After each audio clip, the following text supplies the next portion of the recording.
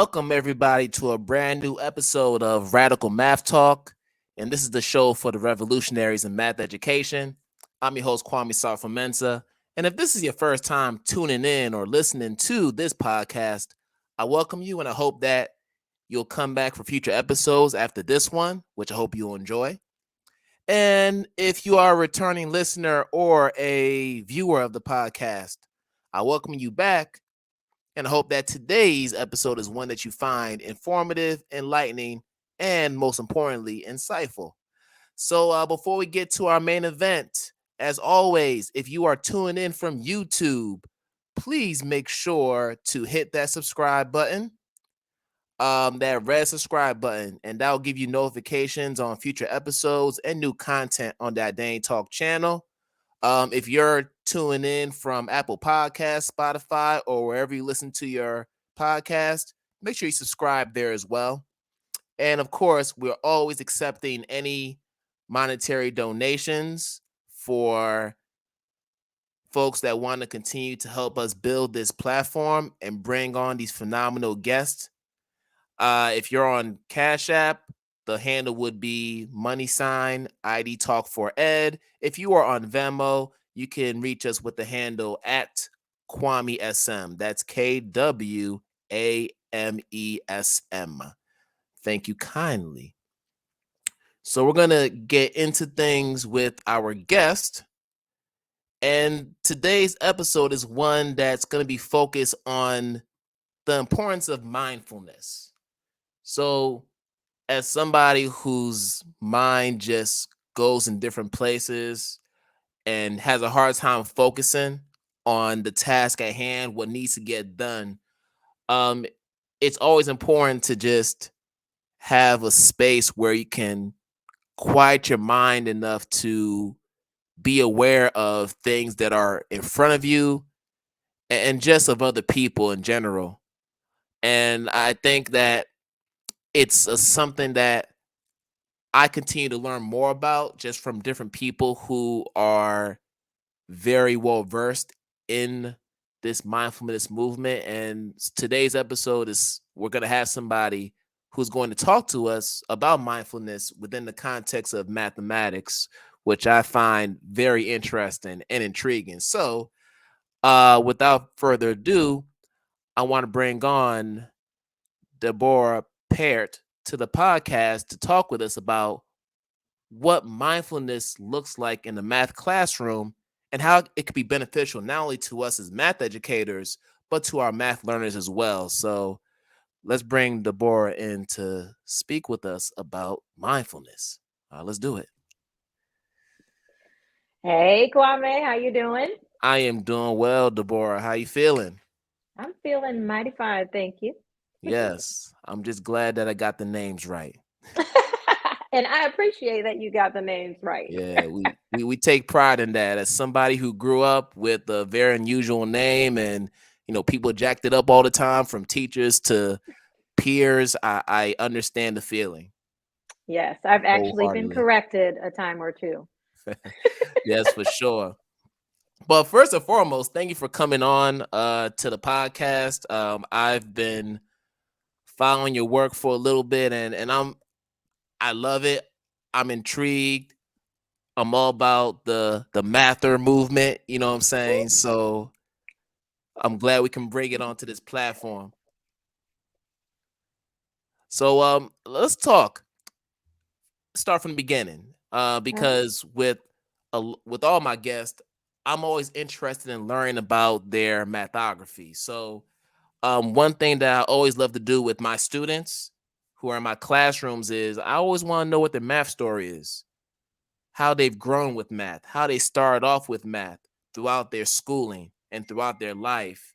And it's something that helps me give context as to how they perceive the subject and what their feelings are about it. And I feel like it's something that's important for us to do as educators, especially those who hold on to that trauma that we felt as math learners in our K-12 schooling.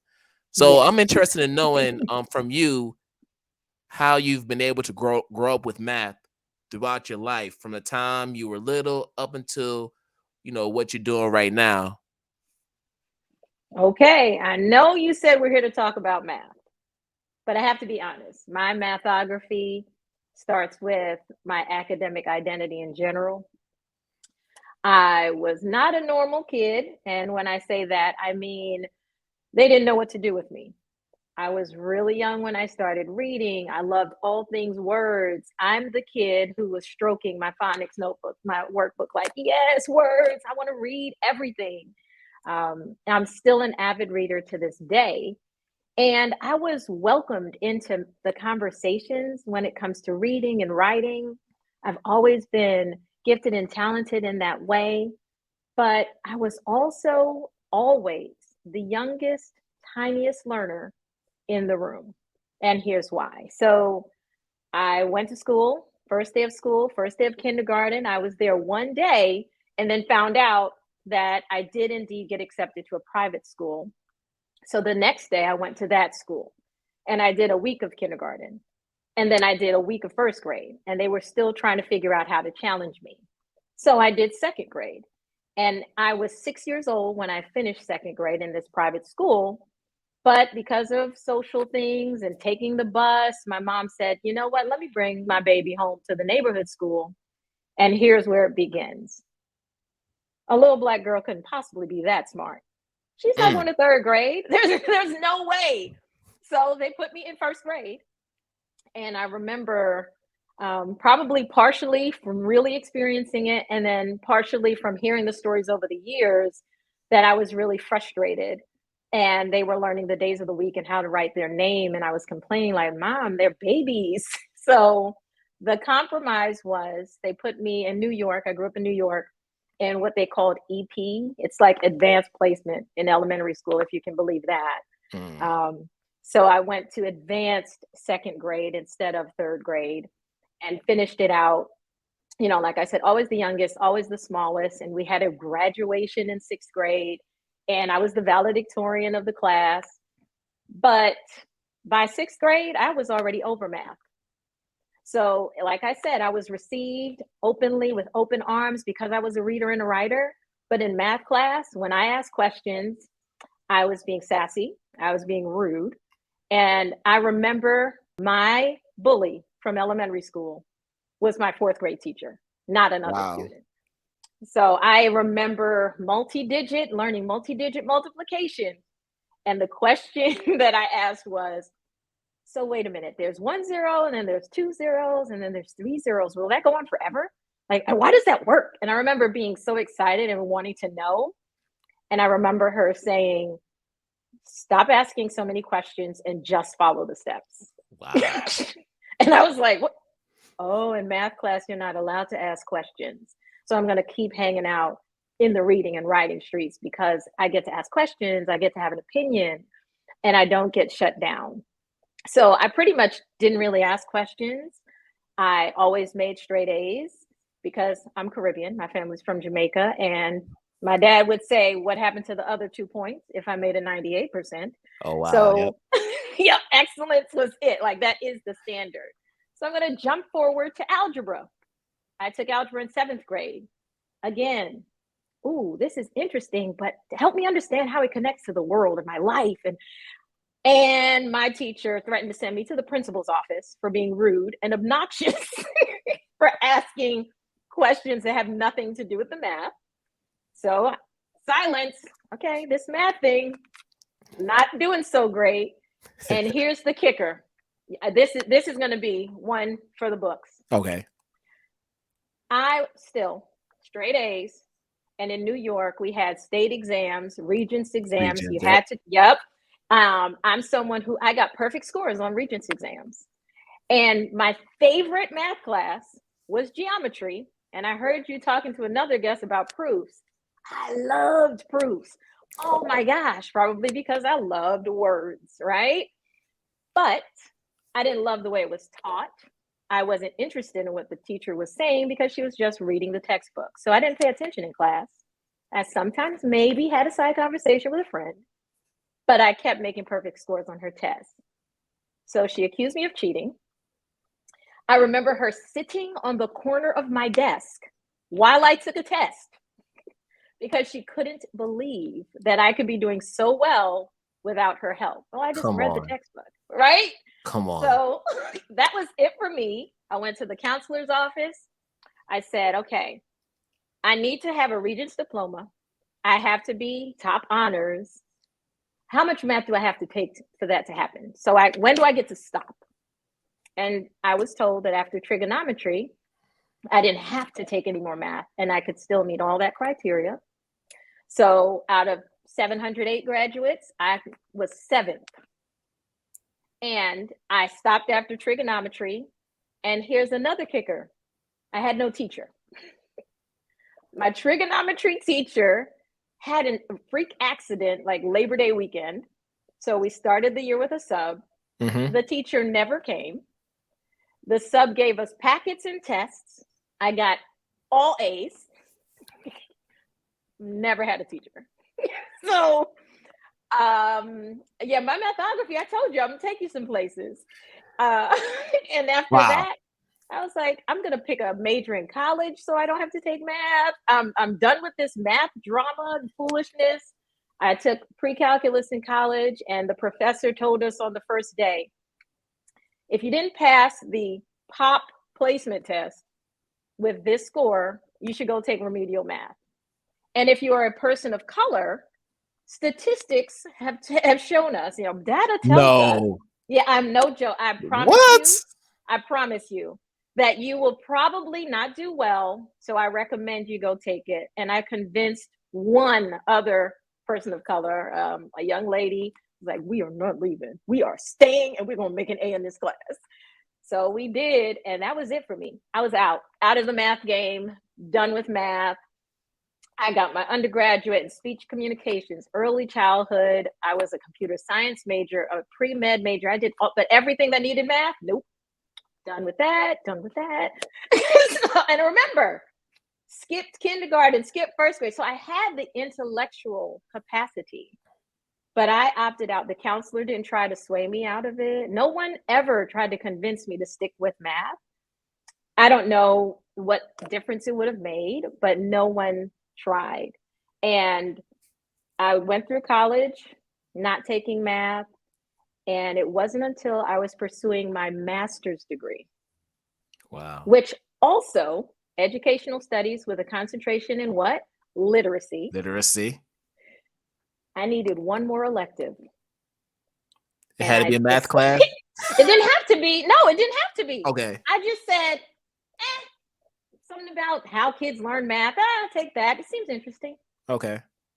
Fell in love. And here is why.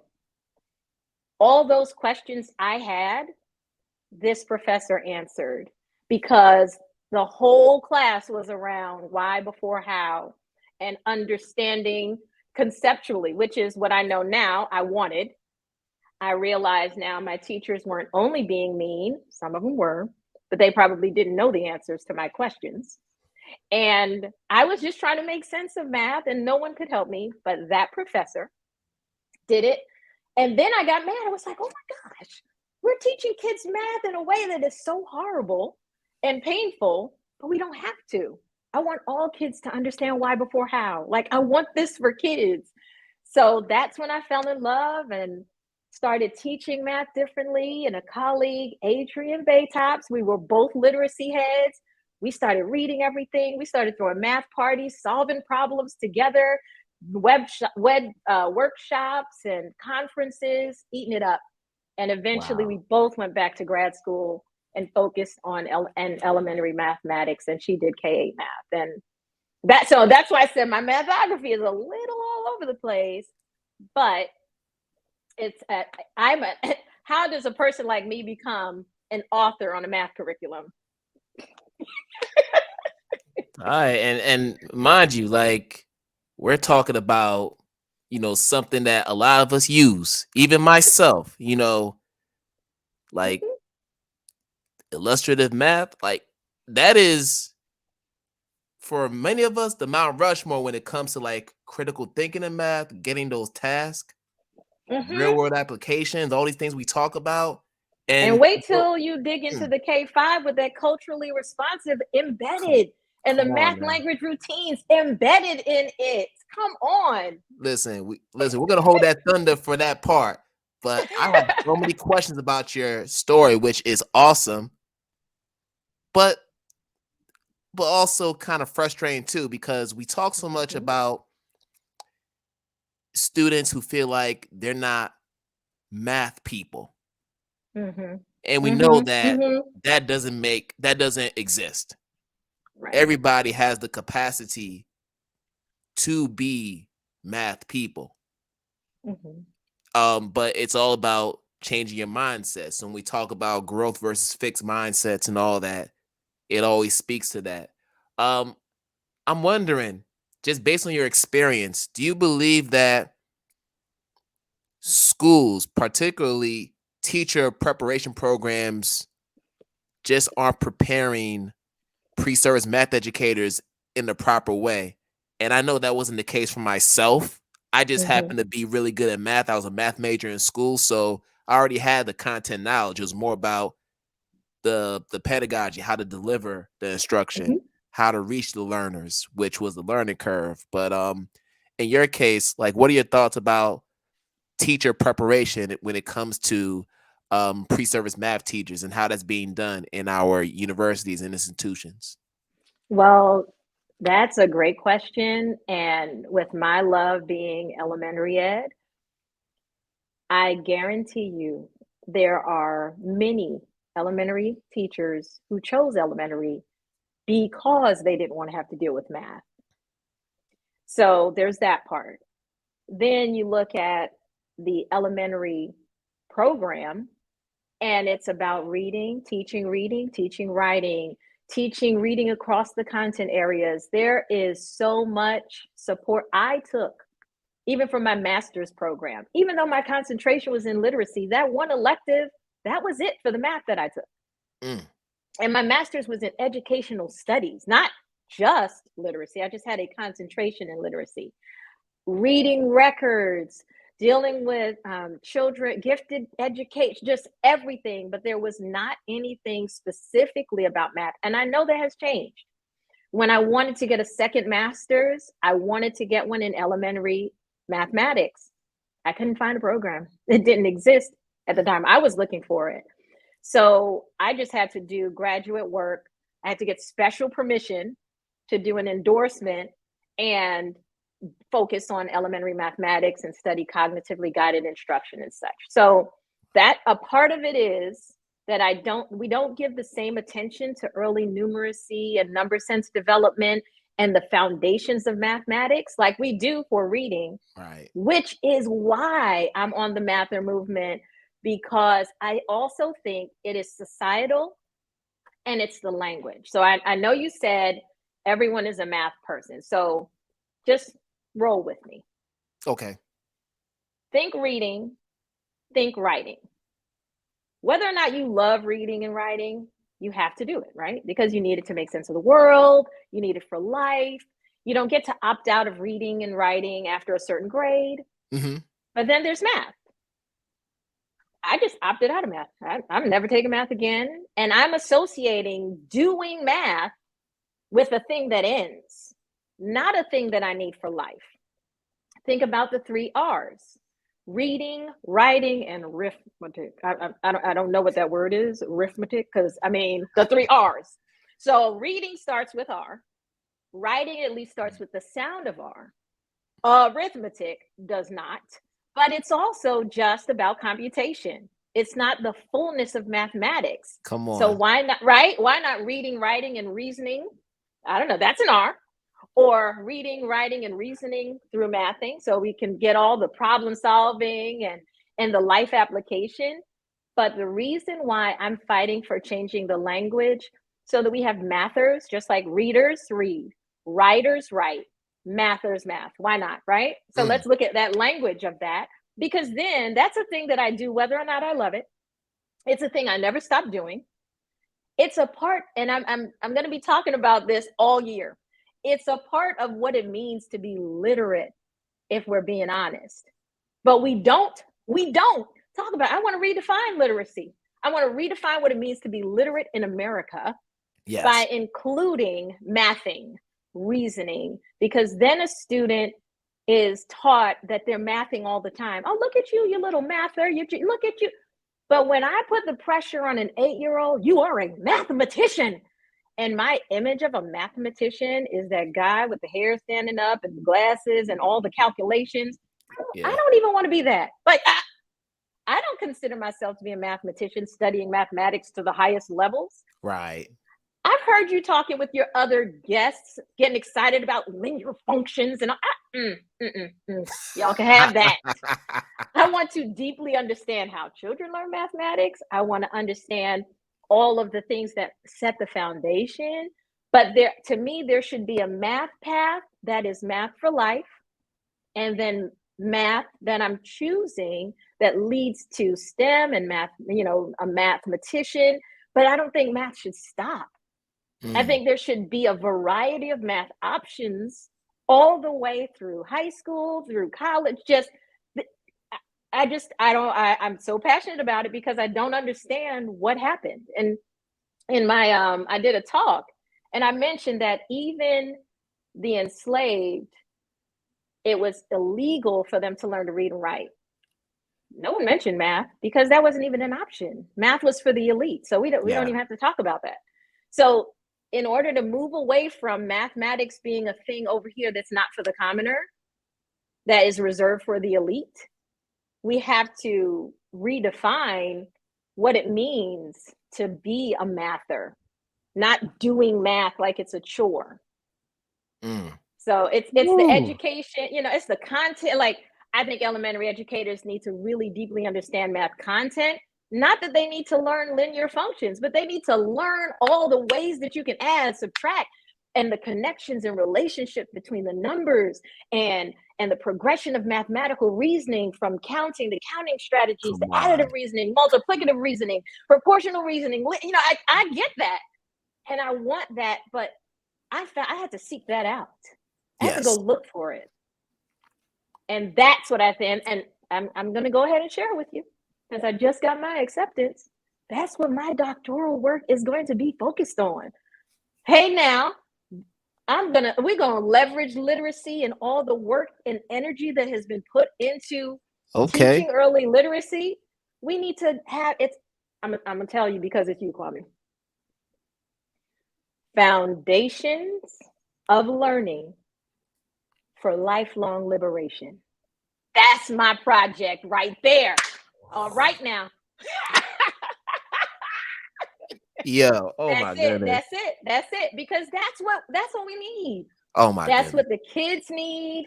That's what the Black and brown students need. Because for learning to actually be liberation, like learning equals liberation. Like, for that to be true, we have to redefine what it means to be literate.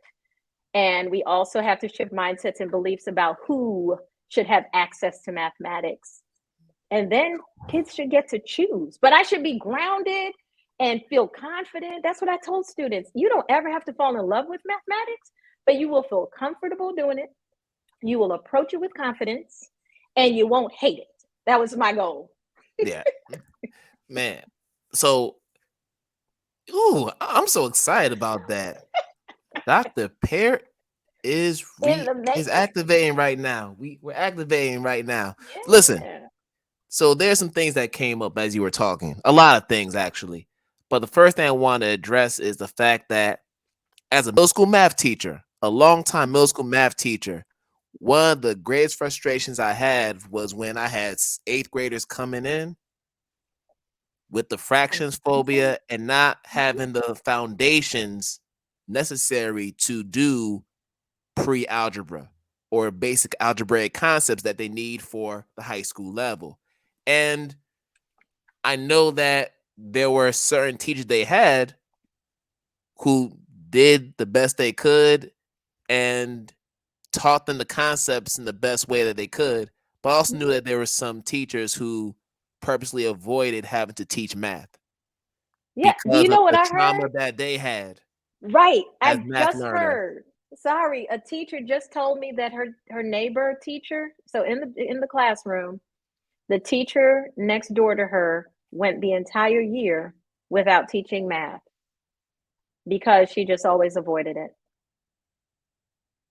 Like, how does that happen? How does that happen? And I think as elementary teachers, and you know this very well, because you're a generalist and you have to teach all the subjects. Yes. I think it's easier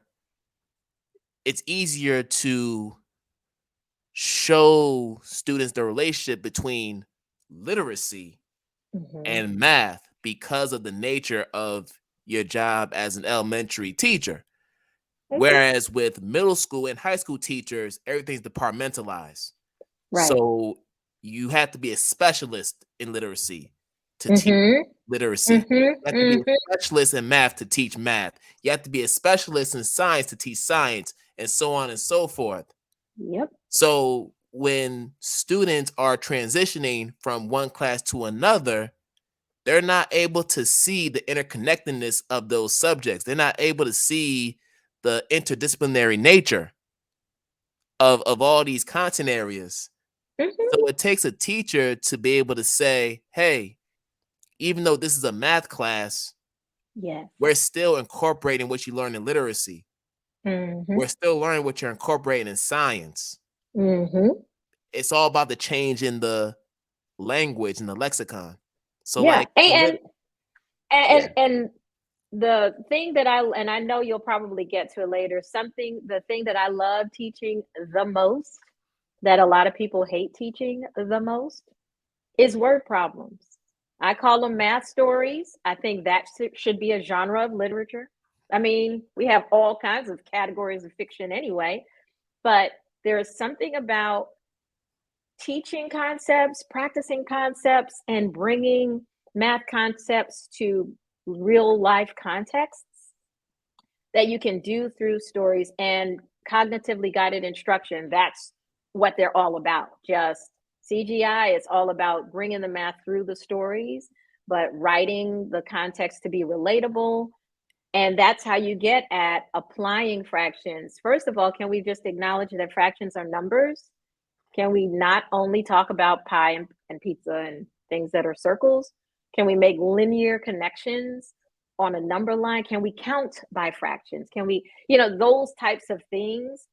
If those things were happening early on, then when they get to you in the middle school and when they get to high school, they have that foundation that I'm talking about. Setting a foundation that you own. For me, if I had to pick a grade band, for me, it would be kindergarten through third grade. And I know that's not how it's typically done, but I think by third grade, you should have ownership of the four operations and foundational understanding for fractions. And if that was solid, then we can build on that. And if you think of the tallest structures need the deepest foundation, or it's not going to withstand the storms, right? So foundational architects, it's a thing. I actually looked it up. I'm like, there's something to this, that the foundation for a skyscraper has to go deeper and it has to be wider. We can't do this shallow foundation where they can regurgitate things for a test. But then when they get to middle school, they have no understanding. And again, I take you back to how we teach reading. Yes, we start with letter recognition. Then we start with decoding and uncoding. And then we go into fluency, right? What it sounds like, what it feels like, and say, and then we read fluently, but then we comprehend. And our focus shifts to, we have to still do all those things and comprehend. Because if we just taught reading with flashcards all day, what would they be reading? What are they comprehending? And to me, there is a parallel on the math side. But, I just recently worked with a group of teachers and I put them in the position of kindergartners because we think it's terrible that they just count. So I created just five different numbers, but I gave it a new name. I gave it a new symbol and the values. And I just showed it to them and had them go through this whole exercise and then tried to have them solving equations. And they were like, I cannot hold on to all of this. I remember what the word looks like, but I don't. That is what we do to kids. Math is a language, people. Take time with it. Mm, Get no, that well, comprehension and conceptual understanding so they own it. you are just speaking facts right now. Like we right here. And here's a crazy thing. One thing that I always tell the students is we're all literacy teachers. Mm-hmm. Absolutely. Everybody is a literacy teacher. I firmly Mm-hmm. believe that because, Mm-hmm. as you mentioned, with word problems and math stories, right? You have to look for keywords. You have to understand what words mean in context. You do the same thing when you're reading a passage or you're trying to comprehend a passage. You have And to decode words. I'm gonna do you one better. Come on. You don't even have to look for keywords. How about you just comprehend the story? How about if you make sense of the story separate from, wait, it's one of those stories where you have to do math, look for the number pluckers. There's a 2 and a 75 and a 13. I'm going to do some things with it and I'm going to get an answer. No, just no. If there's no question, I gave students a story problem with no question. And then I said, who knows the answer? Someone still said, I do. 16. What was the question? I don't know. I just guessed. Exactly. There wasn't even a question. So I believe in using visual models. I'm a hardcore bar models, tape diagrams fan from second grade on. And even there are some things you can do with Unifix cubes to start, again, linear connections. But bar models are not for solving math problems. They are for making sense of the story and the context separate from solving. Just what's happening. Did someone leave? I had third graders talking about math stories. They sometimes said our board looks like a college board because it just had so much of their thinking. And they would talk about it, and one student would say, well, I think that the number sentence is this, because they had to write a number sentence for what's happening in the story that was separate from how they found the Mm, solution. So they got did it. all this talking about it before they ever went away to decide how they would find the missing part. And they had to visualize, again, back to reading. We tell them, visualize, make a story in your head. But we have students abandon all of those things in math class. That's the issue. The same way you dig into a story to understand what's happening, if kids understand two people have some stuff and they're trying to share the stuff, then okay, each of us is getting a part. Right. So the number we're starting with is going to be larger than our parts. Just those types of conversations. Again, the number pluckers, I'm over the. Sometimes I give the word problems with no numbers, so we can just talk about what's happening in the story. Who are the main characters? What's a good title for this story? What title would you give it? And just have a conversation. Right. So the literacy connection is real. I told you were about to talk about some literacy in this math talk. Ooh. So let's stay on this. Let's stay on this plane for a second because I'm thinking back to my college experience. Mm-hmm. That remember I was a math major. Mm-hmm. So I'm taking all the calculuses, I'm taking linear algebra, I'm taking differential geometry, differential Mm-hmm. calculus, Mm-hmm. probability, everything. Mm-hmm.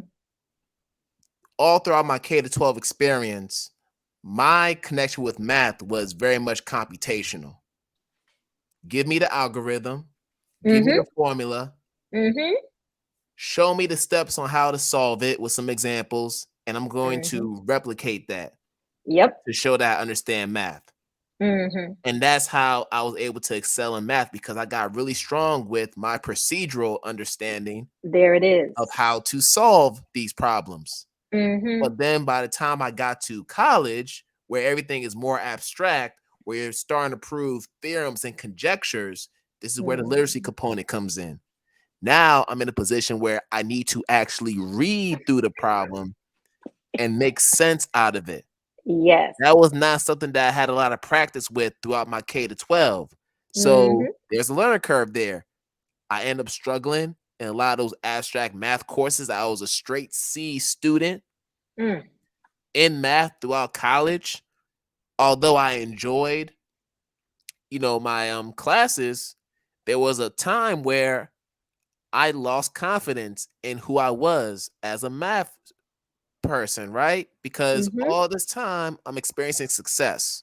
Right. I'm getting A's in every math Mm-hmm. class I'm taking. And all of a sudden I get to college, I'm a straight C student. I'm like, what happened? And I'm looking at other people who are excelling and catching on to the concept so much quicker than I am. So I'm wondering, how did I fall off? Mm.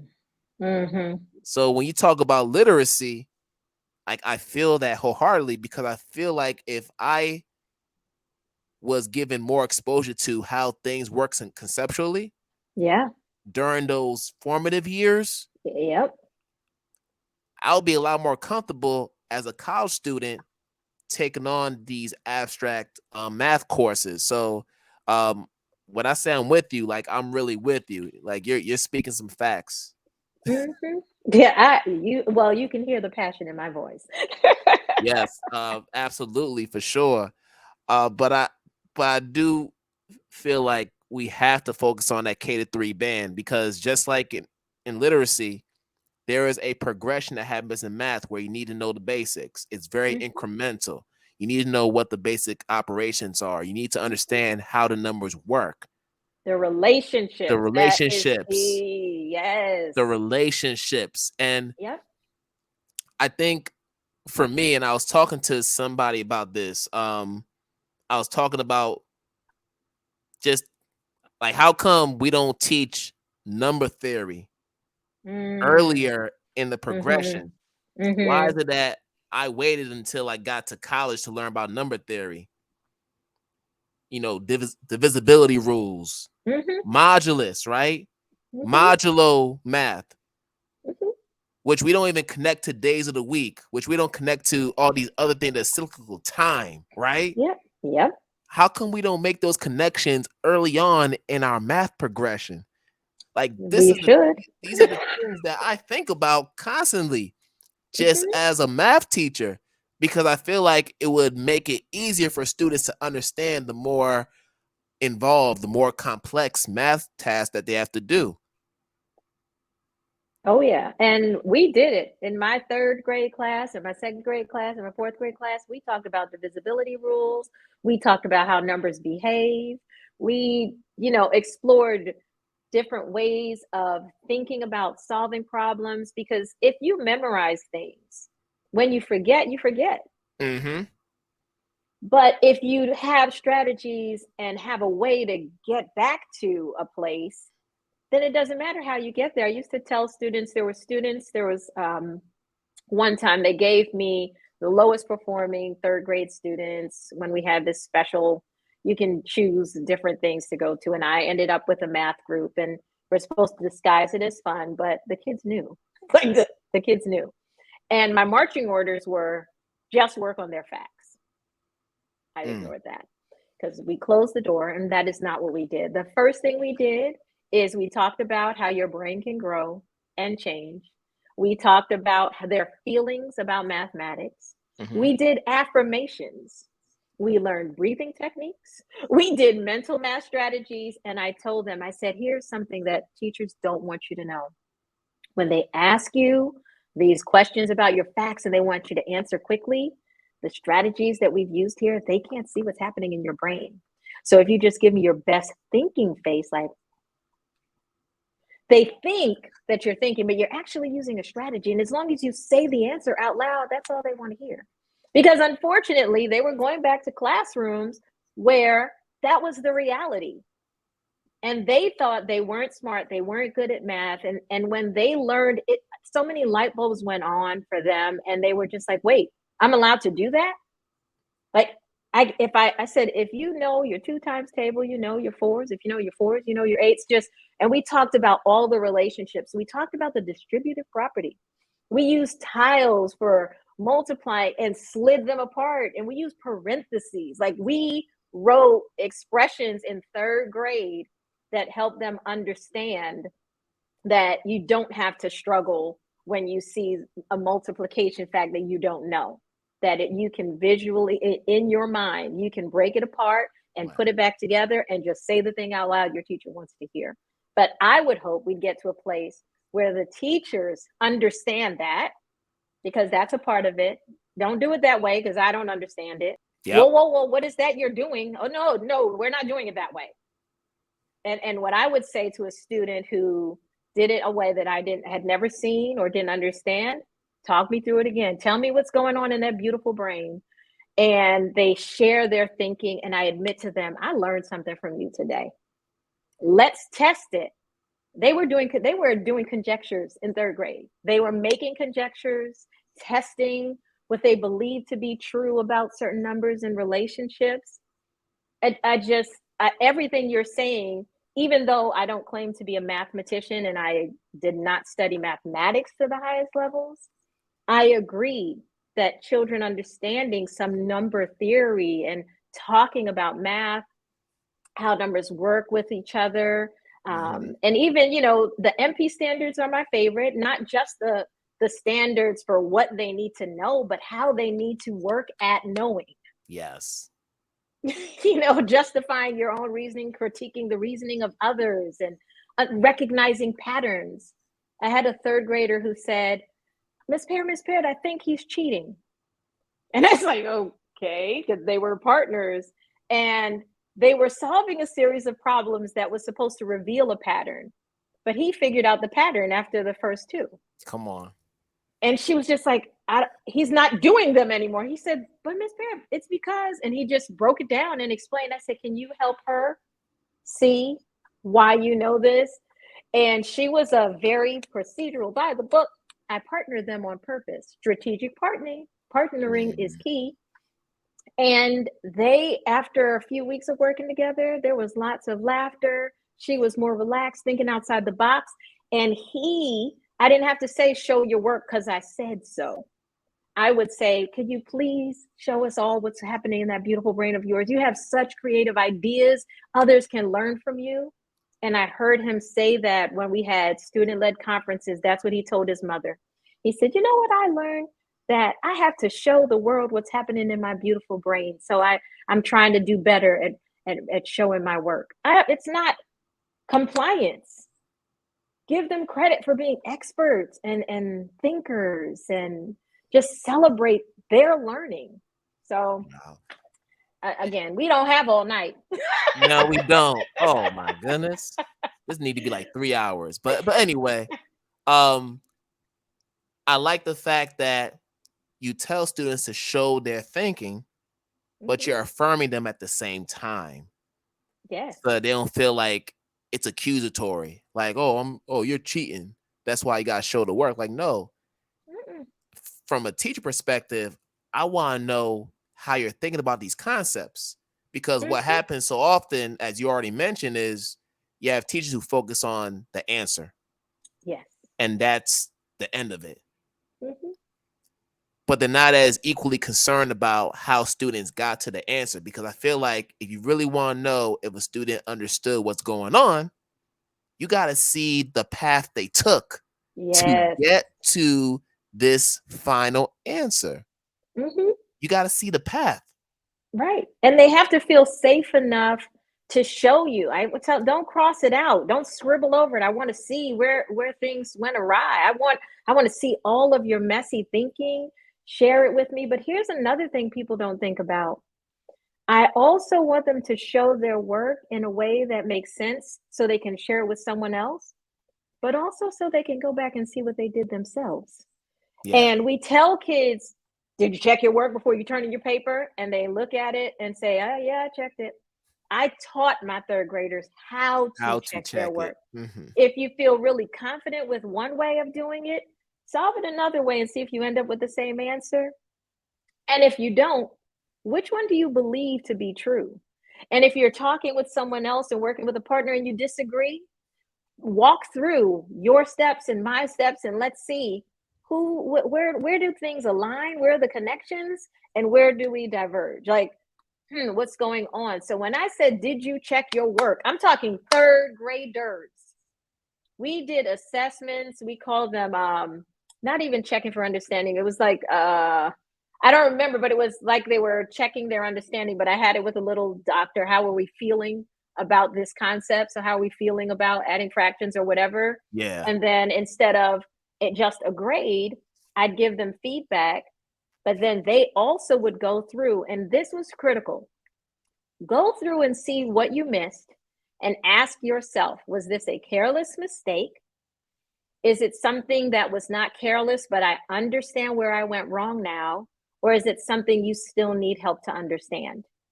Mm. And they would do that. And sometimes they'd write things like, I can't believe I made this silly mistake. I need to slow down. Like they wrote themselves, they did Come it on. for themselves. And then they turned it back in. There's just so much that we could be doing to really, again, lay the foundation. And to be honest, I know we're supposed to be talking about mindfulness, so here I'm gonna hook you up. I'm gonna segue right into it. Oh, I That have. is, Yeah. I was gonna say, math is what led me to mindfulness. Got you. Teaching math and seeing all the anxiety, the lack of confidence. It was more than about content. It was about confidence. More than about just believing you're a math person, was also about managing anxiety and trauma. It was third and fourth graders who already believed they couldn't do math because a teacher actually said something like that. Or you think about the teacher who says something like, oh, don't worry. I know it was hard for me too. Okay. So it's okay for it to be hard. Some people just can't do it. But then here's the one that's a compliment that sets them up. Okay. It's okay, sweetheart. You're a wonderful writer. Oh, so I'm a wonderful writer. So I don't have to focus my energy on getting better at math. I can be good at that and not that. Okay, checking out. So I had students who had to unlearn that way of thinking, but they also legitimately had anxiety. So even as I was learning new ways to teach mathematics and to make it more engaging and fun, I was still doing mad minutes. Forgive me. I didn't know any better. I was still following the traditional curriculum we were supposed to and had to at first. But the more I learned, the less I did. And I would often abandon the curriculum, don't tell anybody, and approach it through the things that I created. But here's what I would do. I would say, all right, it's textbook day. Let's see how we did. And they'd be like, oh, they'd open it up and we would talk about all the things, the chapter, because of course I went in to see what we were supposed to be doing. The whole grade has to take the end of unit assessment. I'm not setting my kids up. How did we do? Do you all know what the associative property is? What is that? Remember that thing we did at da da da da da?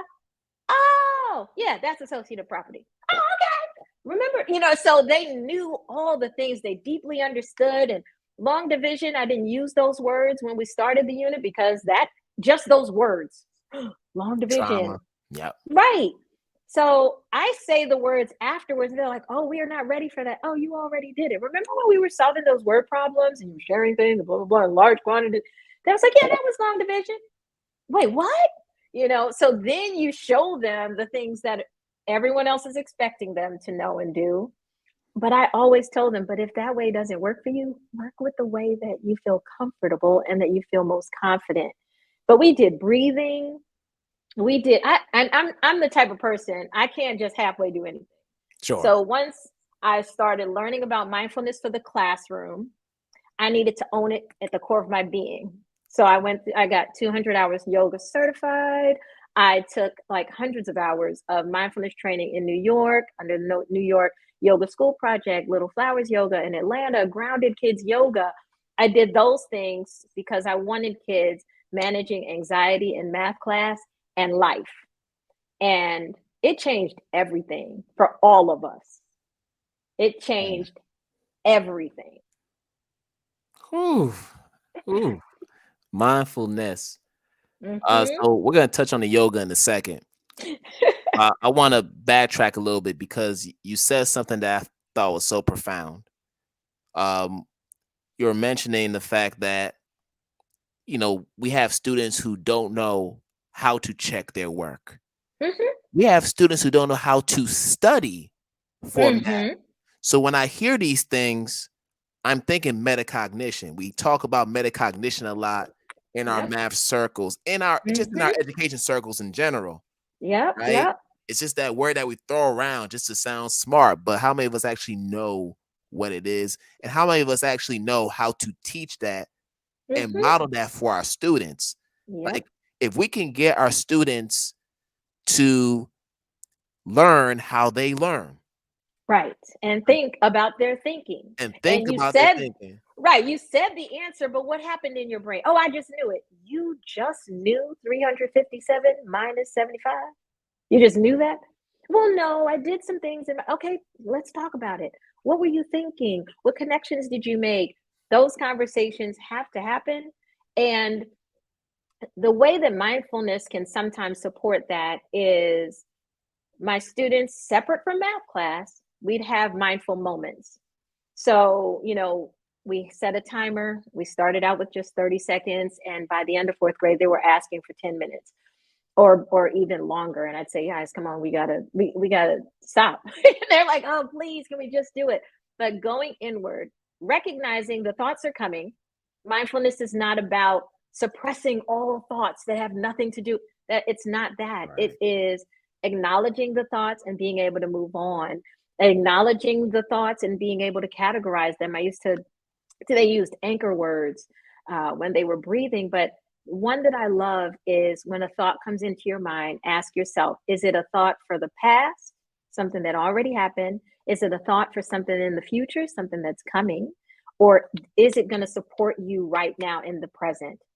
And when the thought comes up about that birthday party that you're going to tomorrow, say, that's in the future. I need to be in the present. So giving them the awareness, helping them practice, giving them exercises where they had to count from 1 to 100 in their minds and forwards and backwards. And if they missed their place, they had to start over. You'd be surprised. I did with adults an activity where it was just, I said, we always tell kids, just focus, but we don't teach them how to focus. Just pay attention. They are paying attention. They're just not paying attention to you, but they're paying attention to something. So I said, can we agree that 3 minutes is a short amount of time? All the adults, yes, absolutely. Okay. So I set a timer for 3 minutes. And here's what you're going to do. You're going to focus on your breath. I taught them how to do some heart and belly breathing. Sure. So, inhale, exhale, 1, inhale, exhale, 2. So that's how you're going to count in your mind. You just have to get up to 10 and then back down to 1 in the span of 3 minutes. But if you have any thought that is not the breath or the count, you have to start over.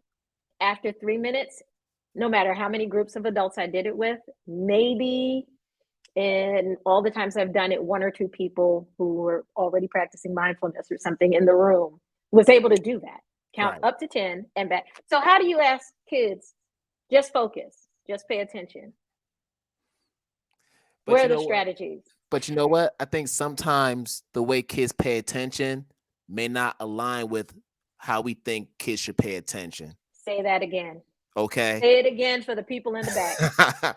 So just as an example, right? So often we tell students to give us eye contact.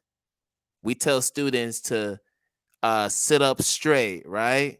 Look forward. Watch me do this example. But there may be a student who's doodling. You may have a student who's doodling as you're doing the example, and you might be that teacher that does a sneak attack, like, all right, what'd I say? you know what we're talking about. And then the student will repeat everything you said verbatim.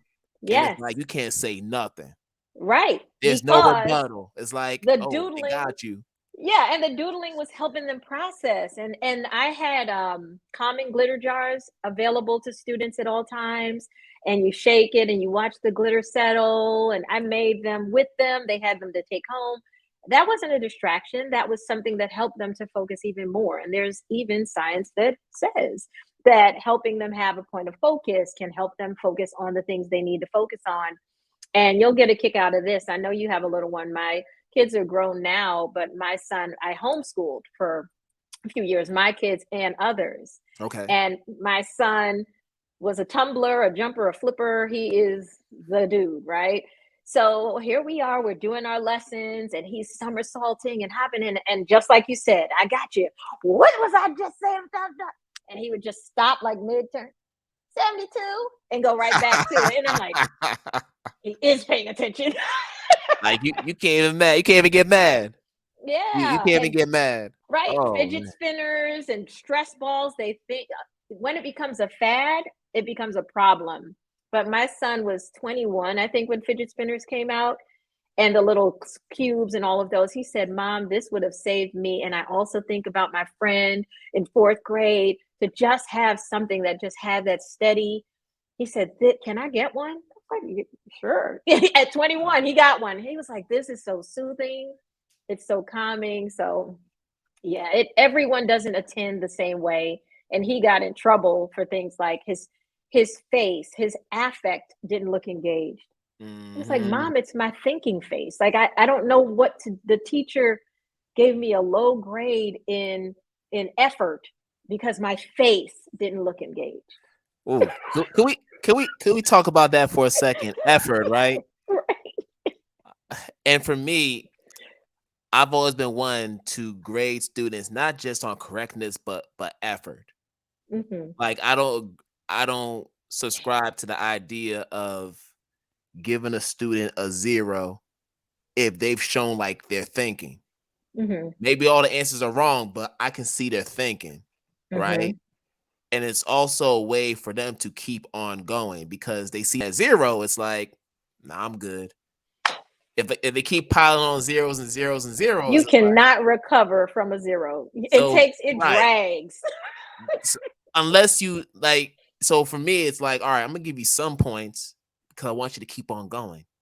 I Mm-hmm. don't want you to Mm-hmm. give up, but I'm Mm-hmm. still gonna provide you with the feedback that you need in order to, get the reasoning right, in order to, you know, get to where we have to go. And I think that it's something that we got to expand our thinking about is effort. What does effort look Yeah. like? What does it sound like? It's not always the student who's raising their hand every time. That Exactly. doesn't always equate to effort or participation. It does not. Sometimes it's a student who's just quiet by nature, but guess Mm-hmm. what? They show effort in different ways. They show effort in how they do their work. You know, Mm-hmm. they show effort in how they support their peers as they're going through different tasks. Effort can manifest itself in different ways, but we seem to have this singular thinking around effort where it can only equate to What raising it your looks hand like to me. profusely Right. and saying the answers verbally in class. Like Mhm. that's what engagement looks like. Yeah. And for some kids, like my son, they recommended medication for ADD and he had processing and all of these things, but he wanted to do it on his own and to figure it out. He said, Mom, I did what they said. I tried the medication. I don't like the way it makes me feel when it's time for me to go to basketball practice. I can't, I'm like not coordinated, but I know what it feels like to be on. So he was working extra hard to pull himself back and to use his mindfulness techniques. And even when they did a study in New York, it was written up in the Times a couple years ago, and they had a control group. They had kids medicated for ADHD, and they had kids who were learning yoga and mindfulness. And the kids who were doing yoga and mindfulness, their results were equal with those who were medicated and better than those who had nothing. But that was taking effort Mm. to know I need to be listening to what the teacher is saying. I need to be focused in this moment. And I remember to bring everything to class. That frontal lobe, that thing is real. It's like, I know I watched you do your homework. How did you get a 0 for homework? Well, I took it, but it was in my notebook and it was in the locker. And then the teacher wouldn't let me go get it because she said I should be prepared when I get it. Just all those things. He did the work. He put in the effort and was punished because he was disorganized. So, how are we supporting students to help them with their executive functioning and not punish them because we say we don't see the effort? And like you said, what does it look like? What does it have to look like? What does it look like for each student? What does it look like for certain students? Yeah.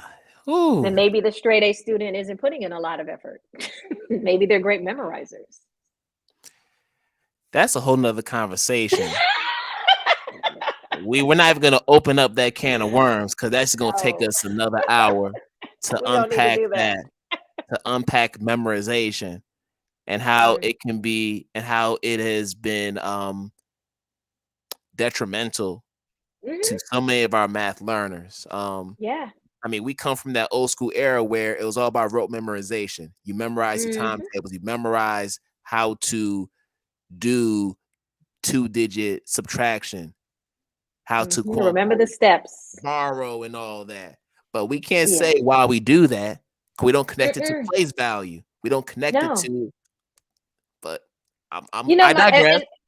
and my favorite example is I had a parent that said, my child isn't learning the algorithm for subtraction and blah, blah, blah. I said, I'm going to give you an example of why you need to let me do my job. And I said, if I gave your child the problem 2000 minus 1998, Yes. they would start all the ninja slicing of those zeros, chopping things, crossing, changing to the 10 to the 9 to the 10 to the. Wouldn't you rather they look at that and say, oh, that's two?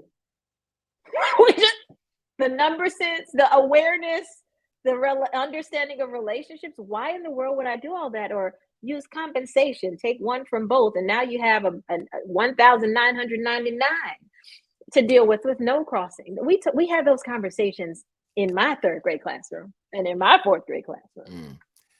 So I think that's the reason why number talks have to Yeah. be a living Mm-hmm. component in our math classrooms, because I think when students have the opportunity to ask the questions that you ask as a young learner, Mm-hmm. Mm-hmm.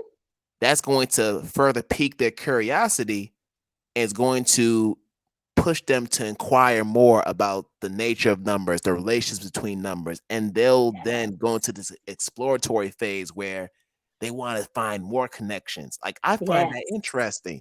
Yes. Yes. Like that's what it's all about. Mathers. That's what I'm saying. Mathers using mathematics to make sense of their world and thinking about my students were talking about math at lunch and in the hallways, not because I made them or they were trying to solve a specific thing. They were just starting to notice that mathematics was everywhere and it was a part of everything. So, Yes, for sure.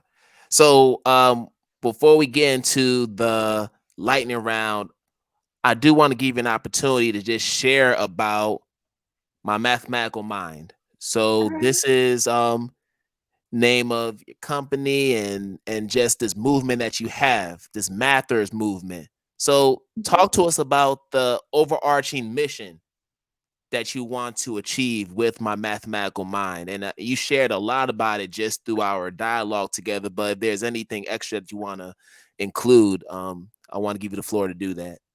Sure. So my mathematical mind was just, it was born out of that thinking that everyone needs to first acknowledge, believe, and hold on to having a mathematical mind and knowing that some people weren't born with a math brain and others were born with some other kind of brain, and that your brain continues to change and grow, and you can make connections, and you can learn what you didn't learn, and you can connect new ideas to those that you have, and that you have your own schema and it's not stagnant and it can continue to grow. So that's a big part of it. Another piece is that we approach the teaching of mathematics mindfully. So I call it a mindful approach to mathematics. I did work with students, but I also did work with teachers because it's important to address math avoidance, math anxiety, math shame, and math trauma. So a lot of the PD that I did with teachers and the work that I did with students, even throughout the pandemic, I had virtual math camps. I worked with students in small groups, and the focus was more about confidence than content and about strategies for self regulation. And that's what we do at My Mathematical Mind. We help teachers to gain confidence in their understanding of the math content they're teaching, but also addressing, because I've had teachers say, fake it till you make it. I have math anxiety. I just don't let my students know that. Oh, they know it. So it's about acknowledging that and healing. In some cases, people need to heal from math trauma. So that's the work that we do. I work a lot with others in the field, and it has grown and expanded. I do a lot of work with elementary educators around story problems. Like I said, that's one of my favorite things, visualizing for mathematical understanding. And I'm really just trying to narrow it, especially as I start this program in the fall, because I'm really great at many things, but I don't ever want to be a jack of all trades and a master of none, or a Jackie, if you will. Sure. Um, but I want to pick my lane. I want to stay in my lane, which is why I'm with Black women who rock math. And if it's my thing, then I own it. But if it's Dion's thing, I hand it off to her. If it's Kanika's thing, I hand it off to her. And our women in mathematics education community is growing in a way that we are doing that because we're not competitors. If everyone knows, if you walk in your gifts and you harness your gifts and talents and give it the energy, I'm not worried about someone taking from me.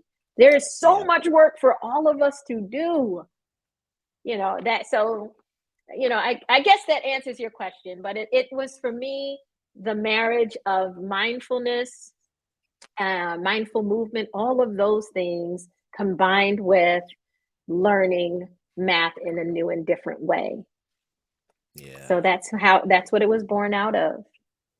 Wow. And I think if we as math educators can show our students that we can be vulnerable, Mm-hmm. even with all the math knowledge we have, Mm-hmm. that's going to give them space and give Mm-hmm. them the freedom to be vulnerable and say, you know Absolutely. what? I don't got it. Mm-hmm. Oh yeah. And it's okay to acknowledge that. Like there are times where I don't know the answer to a question. And I should not be ashamed to acknowledge that in front of my students, because then it lets them know that I'm not perfect. Yes. And I would fuss at my students if I made a mistake and I'm just going on and they get quiet. And I'll look, are y'all let me stand here with this mistake on the board? You better call me out. And they're like, well, I didn't call me out. And then we'll talk about it. So they felt comfortable pushing back and having conversations. And I would admit, like, oh yeah, I did that. That's just wrong. Just I didn't try to play it off.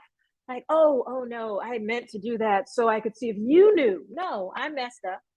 I added that incorrectly, moving too quickly. So we Yeah. have to be vulnerable and admit when we don't understand what they did. I don't understand what you did. Help me. Tell me again. Will that always work? Having those conversations are so critical. I'll do you one better. When I Uh-oh. had my 6th grade class, I used to, type up the quizzes I would give them. Mm-hmm. And I always told them, if I make a mistake, if I do a typo on it, and one of the classmates calls it out, everybody gets +5. +5 points every time I make a mistake. Okay. So it was a way to keep me sharp. It was a way to hold me Mm-hmm. accountable, but also motivated students to not only read for typos, but to actually read the questions that they had to answer. And Yes. boy, they got so excited, like, ooh, Ooh. +5, typo, +5. And I'm like, Oh. hey, yo, for some, I had some kids that, sure enough, if I didn't make the mistakes, they probably would have had D's. They end up getting B's. All because I wasn't on top of my game. But because they Attention to had the detail. awareness to read, it's like, okay, all right, Mm-hmm. I give it to y'all. Whew, but it's always refreshing to see that they're on top of their game like that, and they have the confidence to just be like, listen, what's up with you today, teach? What's going Yeah. on? Yeah. Or even Yeah. the safe space to say, when I would take solutions like you talked about number talks, I would just say, anyone else? Anyone have a different solution? my favorite was when a student had a solution that I knew it was wrong, but my face didn't give it away. Mm-hmm. And I just said, all right, so walk us through it. How did you get there? And they start explaining, and then they tilt their head just a little bit and they go, wait, I changed my mind. I see what I did. Or they say, well, now that Kwame explained, I think my answer might not be right. Exactly. And they could say it out loud and no one's laughing because we're all building our math identities. Lord help us all. We need some positive math identity building. Ooh. And you need the safe community to do that. So that's some of the work I do too, talking about how to build positive math identities in students and teachers. So crucial, so crucial. So we've had a great conversation, and we're just gonna wrap it up with this lightning round. So I have some quick hitter questions, All right. and let's see what we get. All right, most difficult math content area to teach or learn? Oh, yikes. For me to learn was functions, the patterns, and just seeing them automatically. It wasn't that I couldn't, I just wanted people to be quiet. When they quickly saw patterns, and I was just like, shh, I don't see it yet. They're like, oh, it's so easy. It's just, shh, quick, leave me alone. I'm trying to understand. So that was for me something that was difficult to teach. I would say is multiplying and dividing fractions, not one or the other. Multiplying is not, and it's not because I don't know how. It's because I don't want flip change, whatever y'all say. They just said do it. We said turn the other one upside down. But now they have cute little sayings. I didn't want kids to have to just learn that. I wanted them to understand what's happening. So for me, it's okay, dividing. So I had a student, and it's a quick story, but third graders, again, we're not even supposed to be doing multiplying fractions, but I gave them a word problem again. And it was about if you had this many halves of apples and, already cut up in this many students. And the student wrote 5 times 1/2 is equal to, and I said, what are you doing? You trying to get me fired? I'm not supposed to be teaching you multiplying fractions. And he said, what? Because I would, say things like that. And he was like, but you always talked about groups of, and if it's 3 times 5, it would be 3 groups of 5. So it's 5 groups of 1/2. Oh, okay. Well, I'm gonna leave you alone then. So again, I enjoy teaching it, but it's hard to teach it without just falling into the habits of, if you just flip the second one, or you're trying to share 3 with 5, it's 3 things. It's like it, but no, don't just give that to them, helping them discover it so that they own it. So that's what makes it hard. Yeah. And just confession, I didn't know why we flipped the reciprocal until I started teaching math. Real talk. Believe it. Real talk. I believe it, because every time I get ready to teach it, I have to kind of step back and remind myself and give myself the language to help me think about what I'm doing. And also something that helps is knowing that, like in CGI, when we do problem types, there are no division problem types. There are only multiplication problem types, and division is a reflection of a missing factor. So even when I see dividing fractions, I think about it as, I don't know how many groups are in this fraction, but it will give me this total amount. So I use that understanding and reasoning all the time for myself. And then I start working with the students like, okay, so as if I know. For sure. Favorite math concept? Well, it's not just a math concept. I told you my favorite thing in the whole wide world is teaching math stories, word problems, but all different math concepts. You can continue to practice all year long. The problems that, money, it only comes up in one chapter and then you never see it again. But I can keep writing story problems about money and context with money. So I love teaching word problems, especially with bar models, and helping kids make sense of stories so that they can do the math without becoming number pluckers. There we go. If you can invite 3 influential figures, dead or alive, to dinner, who would they be? Okay, normally I'm a rule follower, but I know you said 3, but I need to do 4. So here's why. Old school. We'll bring another seat in. No problem. Yes, I'll even stand because these women right here, it would be worth it. All right. So Maya Angelou, because she's just so amazing, but something that I love and I'm intrigued by that I'd love to hear more. She made a decision to quiet her own voice for 5 years because of trauma.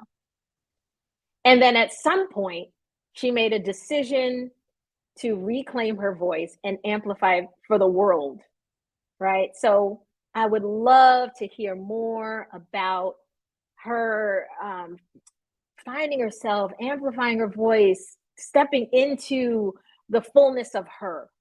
So that's her. But then there's this modern day Shonda Rhimes, who just, I would love to, she talks about writing stories in the pantry, hiding out and not really wanting to engage with the world in some ways in her year of yes, and convincing herself that she had to say yes to more things. And look what happened. She said yes to a whole lot of things, and I'm all about Shonda. Come on, bring it. So those are my, my writing people. But then here are my other two people. Angela Bassett, Queen Mother. Ooh, My Lord, she legend. just walks through life with such grace. I just would love to just hear her voice, just talking at the dinner table and just asking questions and hearing her answers. She's avoided scandal. She's just been she's done life so beautifully and has aged so gracefully. I need to know what's in her potion as well. I do too.